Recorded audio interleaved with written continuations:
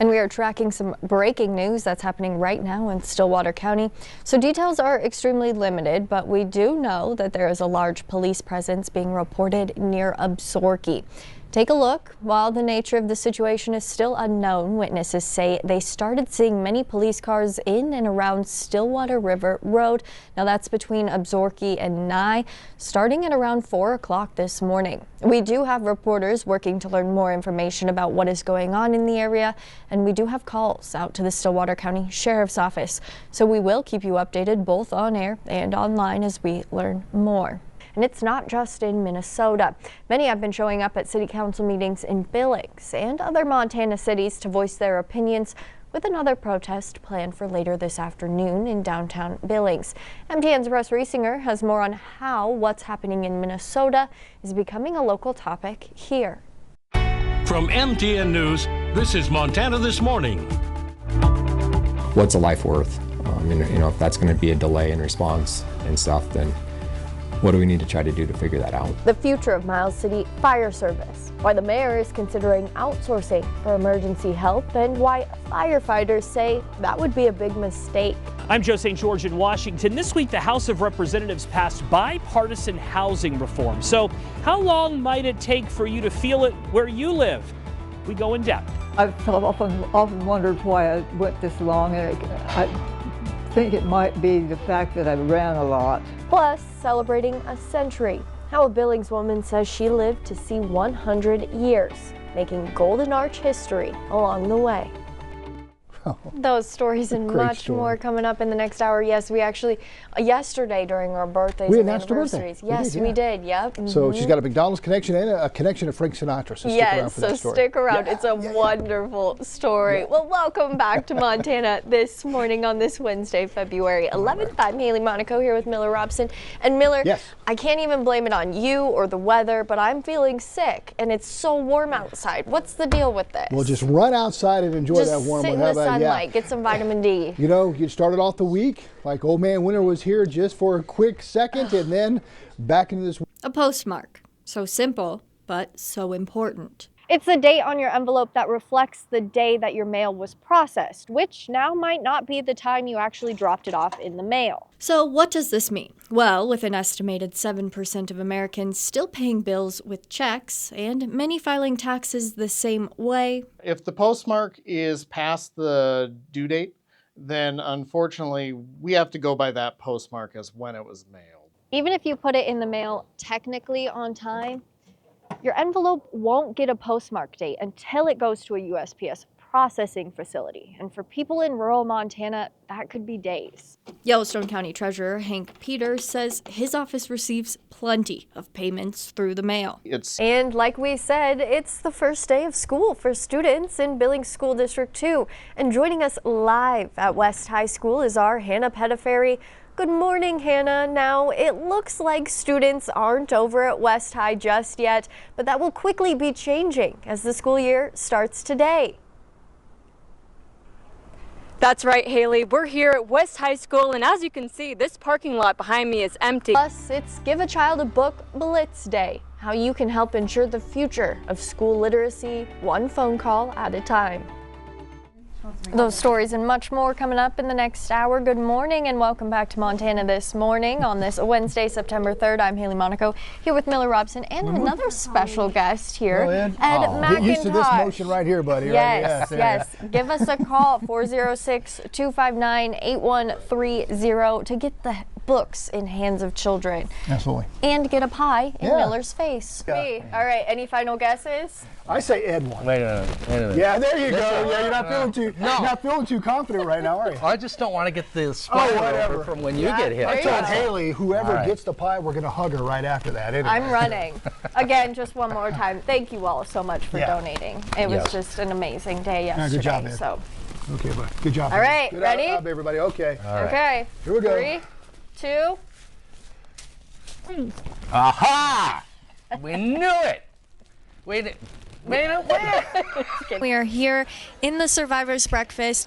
Ed McIntosh is giving out prizes left and right, and we're joined by Susie Paddock with Pack the Place in Pink. Now, Susie, We're raising money all morning. Raising money. Where is this money going? 95% of the money that Pack the Place in Pink raises goes directly back to breast cancer patients in the state of Montana. So should you ever know anybody, go on our website, packtheplaceinpink.org. Super simple referral. We write them a check. Do you ever turn anyone away? No, not if they're ongoing breast cancer patient. Really, that's the requirement. They're an ongoing breast cancer patient currently, and they live in the state. So anywhere in the state of Montana. Yeah. Good to know, good to know. What does this morning mean to you? Oh, gosh. You look around, there's just all this pink. So lots of people we see every year. We see at events that we're doing, and it's just so fun to see them all come together and just you see each other and be excited, and they're survivors. And I think that's the big piece, is that they're still here and they've moved on, and it's just wonderful to see everybody, and you guys do such a great job. Such a great job. Well, Susie, everything you guys do is just amazing, and thank you so much for partnering with us for this. It's such a great event, and we love having it every single year. It is great, and we appreciate it. Thank you. Thank you. Susie, thank you so much. Stay with us. We'll be right back. This is where it happened. Jacob Troxel shot Michael Duran 8 times. The shocking footage was all captured here on our MTN studio security cameras. On Thursday, during the sentencing, Troxel apologized to Duran's family. He was wild and free and so curious. Before the sentencing was handed down by Yellowstone County Judge Jessica Fair, He was just proud of his life at this point in time. He was just proud, and you took that from him, Jacob Troxel. You took his life. powerful impact statements were heard from Duran's family and friends, highlighting his carefree, kind personality. He was silly and funny and intelligent and kind and a gentleman, genuinely. And how broken they have all felt since his death on August 20th, 2022. During this, Troxel remained still. My heart breaks for Michael Duran's family. But Troxel shed tears when it was his family and friends' turn to share their statements. He really is just a big, gentle giant. I would ask for mercy to give Jacob a chance to fill his role as a father, a son, and a husband. And Troxel shared his remorse. I am truly sorry for the events that day. Through a tearful apology. To Michael's mother, nobody should ever have to bury their son. It's not fair. The prosecution recommended 85 years in prison, while Troxel's defense asked for a sentence of 30 years with 18 suspended. I'm ready to face sentencing. Ultimately, Judge Fair decided on a sentence between the two. The death in this case was absolutely unnecessary. Deliberate homicide means that Mr. Duran will never be 30. He will never have children. 60 years with an additional 10 for weapons enhancement, with none suspended. I tell my kids not to make eye contact with people in the car. And part of that was from this case. It's changed the way we live. It's changed the way we live in our community. And left the courtroom with an impactful message to live with kindness and love for all. And I would just encourage everyone to leave today doing what Michael would have wanted you to do. In Billings, Hailey Monaco, MTN News. Traveling often brings stress. And next week, there could be a few more delays. Our intent is to keep the traveling public moving. Coming up on May 7th, passengers need a real ID or another form of identification to go through TSA. Do you have a real ID? No, What are you going to do when May 7th comes around and you travel? I'm going to use my passport. I have an American passport. A U.S. passport is one of many other acceptable forms of ID. Let's go. Come on, let's go. A big percentage of people who live here because of the public land. From the rivers and streams to the mountains and hills. The future of our public lands is now at the forefront of Mike Penfold's mind. Once that public land is gone, it is gone forever. We never have it back. Language authorizing the sale of some public lands was removed at the last minute from President Trump's big, beautiful budget bill just hours before the House Budget Committee passed the package. But now, of underused federal land. Utah Senator Mike Lee plans to add the sale of public lands back into the bill, and it's not sitting well with public land advocates like Penfold. These guys who want to take this public land away from us take that heritage away from us, know that the rich people in this country are the ones who would benefit from it. It's not going to be the people who use it right now. During a committee hearing Wednesday, senators questioned Interior Secretary Doug Burgum about what states could be involved. They would look at the states that have been most overburdened by the federal government percentage, and among the top of that, Nevada, Alaska, Idaho, and Utah are among the states that have the highest percentage of federal land. They also and certain states like Montana might be exempted.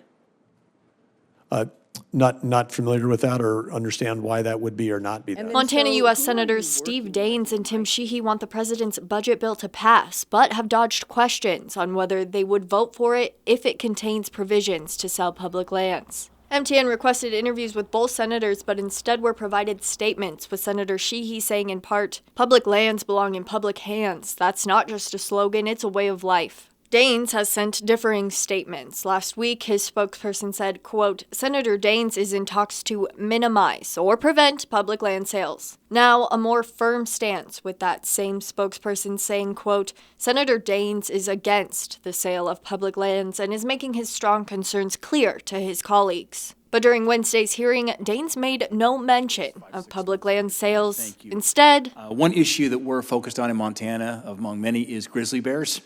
Delisting grizzlies and talked of Montana energy. The language regarding the sale of public lands has yet to be added back to the bill, but Burgum confirmed that discussions are happening to include the sale of up to 2 million acres, which he argues would create affordable housing. A slippery slope that some say would open the door to a dangerous precedent. You know it's going to be coming here. Once they get their foot in the door, they will never stop. It's the biggest public asset that exists, and they can't wait to get their hands on it. In Billings, Hailey Monaco, MTN News. From MTN News, this is Montana This Morning. If ICE agents do come to our community, the city can't keep them out. Scenes of anger and frustration rippling from Minnesota to Montana. The debate now between community leaders here in our state on how to respond locally to ICE. There's just no way to explain it. It was like everyone stopped breathing in the room. And liftoff.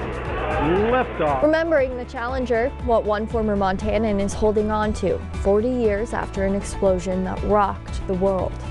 My boys, my wife, myself are so thankful to the Billings community. And the end of an era, how a neighborhood grocery store left its mark on Billings as it prepares to close its doors.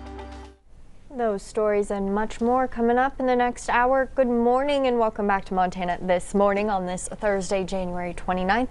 I'm Hailey Monaco here with Chief Meteorologist Ed McIntosh. And Ed, it's your last day with us this morning, isn't it? It is. I've really enjoyed being here. And we just talked about how we have a special guest coming on tomorrow that you might be bummed about missing. The Girl Scouts. I know. Girl Scout cookie time. Sorry, Ed.